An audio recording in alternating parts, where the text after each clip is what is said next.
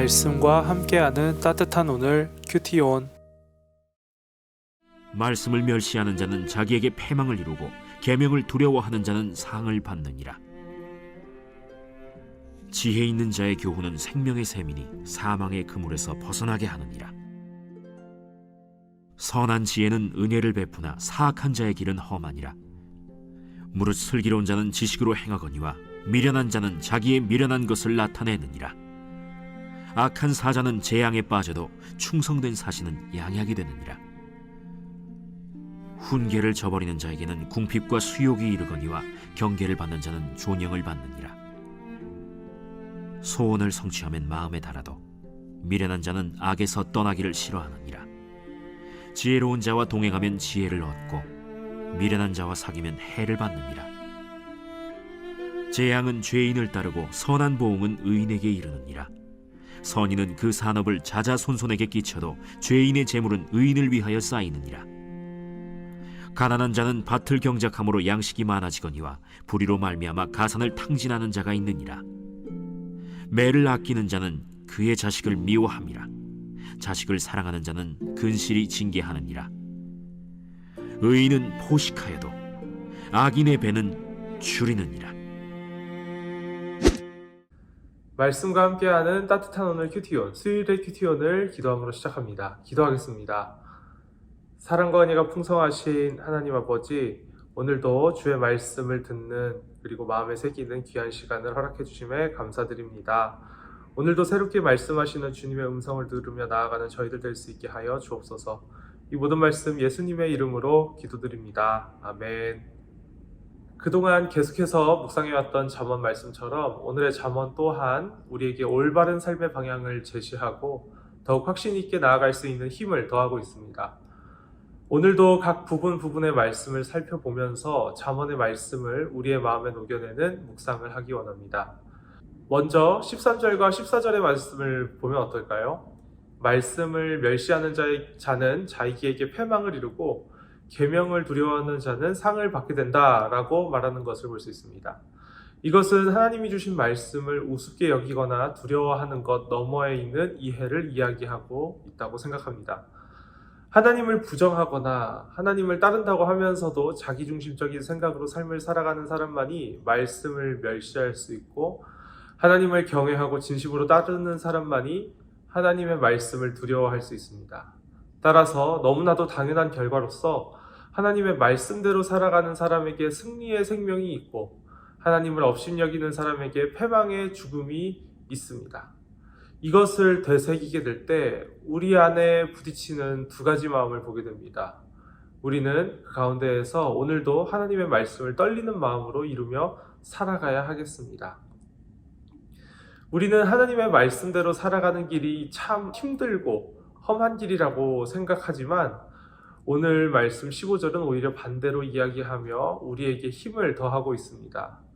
하늘로부터 나오는 지혜의 말씀은 우리에게 은혜가 가득한 길이나 땅으로부터 나오는 사악한 생각의 길은 험한 길이라는 것입니다.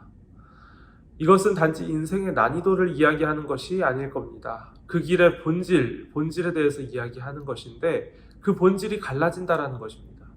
하나님의 말씀대로 행동하며 살아가는 사람에게 주어지는 것이 은혜의 생명이라면 16절 말씀처럼 하나님이 없이 자기 생각대로 살아가는 사람에게 주어지는 것은 어리석은 자신의 모습으로부터 나오는 사망뿐일 것입니다.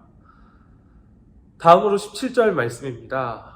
악한 사자는 재앙에 빠져도 충성된 사신은 양약이 된다라고 말하고 있습니다. 사자와 사신은 지금으로 따지면 외교관들이라고 볼 수 있겠습니다. 저기 광화문의 KT 건물 옆에 미국 대사관에서 일하는 외교관들은 미국에서 외교적 임무를 받은 사람들입니다. 그런데 그런 외교관이 이 땅에 와서, 한국에 와서 본인의 사명에 성실하지 못한다면 큰 문제가 일어나겠죠. 마찬가지입니다. 악한 사자는 무엇이겠습니까? 맡겨진 일을 수행하지 않는 외교관입니다. 우리도 사신입니다. 하나님 나라의 외교관들입니다. 먼저 예수 그리스도를 알아서 이 세상의 빛과 소금의 사명을 맡은 사람들이라는 것입니다. 충성되고 성실한 하나님의 그 외교관만이 또 다른 생명을 살리는 약이 될 수 있습니다. 무늬만 하나님 나라의 외교관이 아니라 충성된 하나님 나라의 외교관이 될 수 있는 저와 여러분이 되기를 소망합니다.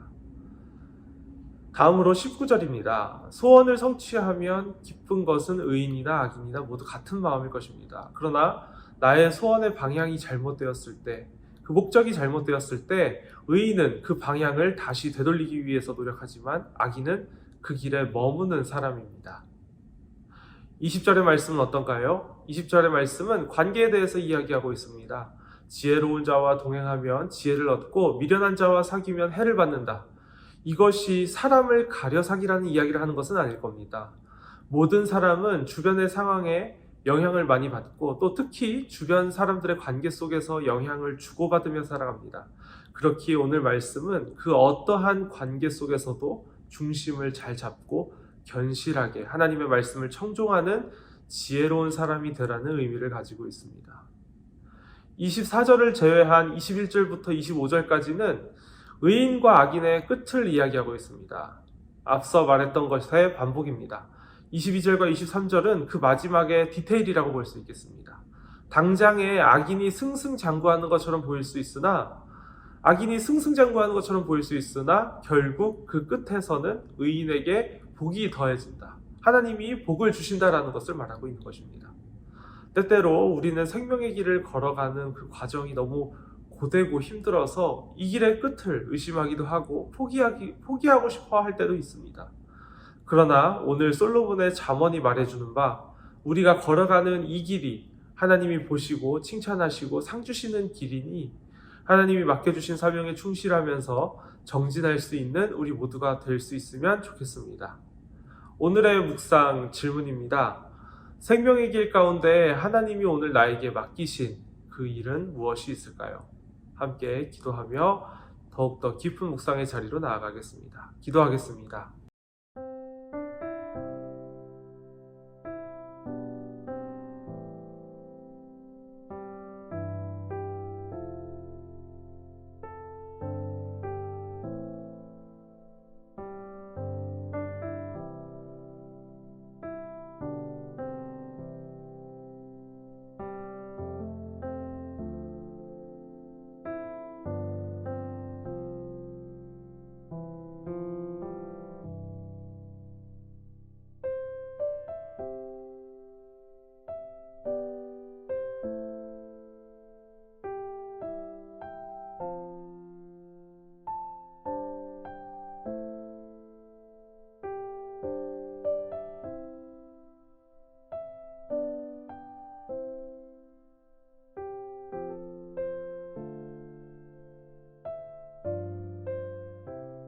우리를 사랑하시는 하나님 아버지, 오늘 잠언의 말씀을 통해 깨닫는 바 하나님의 충성된 종으로서, 충성된 사신으로서, 외교관으로서 이 세상을 살아가야 함을 다시 한번 고백합니다. 하나님의 말씀은 날이 선 검과 같아서 생명을 살리고 골수를 쪼개는 힘이 있음을 고백합니다.